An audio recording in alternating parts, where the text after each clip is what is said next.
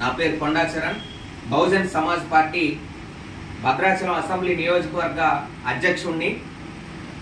ఈ చర్ల మండలంలో ఎన్నో సంవత్సరాలు బట్టి ఈ మండల కేంద్రంలో ఉన్నటువంటి ఆసుపత్రిని బాగు చేయాలని, అక్కడ మెరుగైనటువంటి వైద్యాన్ని ఎస్సీ, ఎస్టీ, బీసీ, మైనారిటీ, పేద ప్రజలైనటువంటి బహుజనులకు అందించాలని ఎన్నో దఫాలుగా అధికారులకు వినతిపత్రం ఇవ్వడం జరిగింది.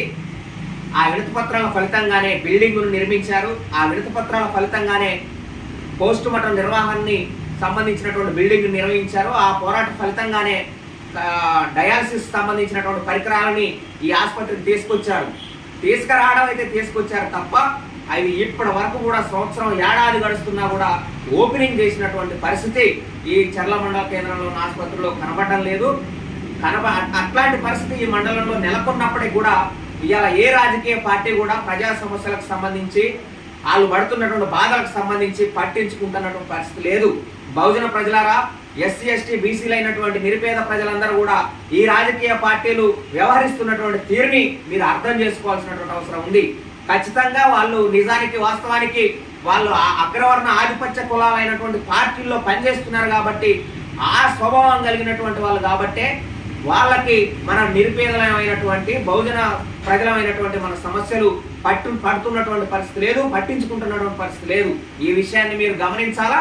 కాబట్టి అట్లాంటి వాళ్ళని, మన బాధలు, మన సమస్యలు పట్టించుకున్నటువంటి వాళ్ళని, పట్టనటువంటి రాజకీయ పార్టీలని, పట్టించుకున్నటువంటి నాయకులని వచ్చేటువంటి ఎన్నికల్లో ఖచ్చితంగా ఓటు అనే ఆయుధంతో ఓడించాలని చెప్పేసి ఈ సందర్భంగా మీకు మేము పిలుపునిస్తా ఉన్నాం.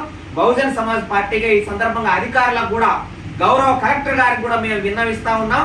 ఖచ్చితంగా ఈ చర్ల మండలంలో ఉన్నటువంటి ఎస్సీ, ఎస్టీ, బీసీ ప్రజలు ప్రభుత్వ వైద్యానికి నోచుకోకుండా, నాణ్యమైన వైద్యానికి నోచుకోకుండా కిలోమీటర్లు ప్రయాణాలు చేసి ఎక్కడో ఉన్నటువంటి భద్రాచలంలో వైద్యం చేయించుకోవాల్సినటువంటి పరిస్థితి దాపరించింది.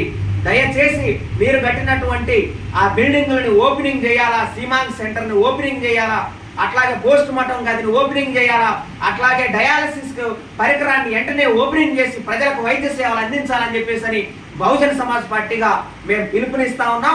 కాబట్టి ఈ రకంగా మీరు ముందుకు పోవాలని చెప్పేసి మేము పిలుపునిస్తా ఉన్నాం. లేని ఎడల ఖచ్చితంగా ఏ ప్రజలకైతే ఈ వైద్యం అవసరమో వాళ్ళందరినీ ఐక్యం చేస్తాము, ఉద్యమిస్తామని ఈ సందర్భంగా మేము తెలియజేస్తా ఉన్నాం.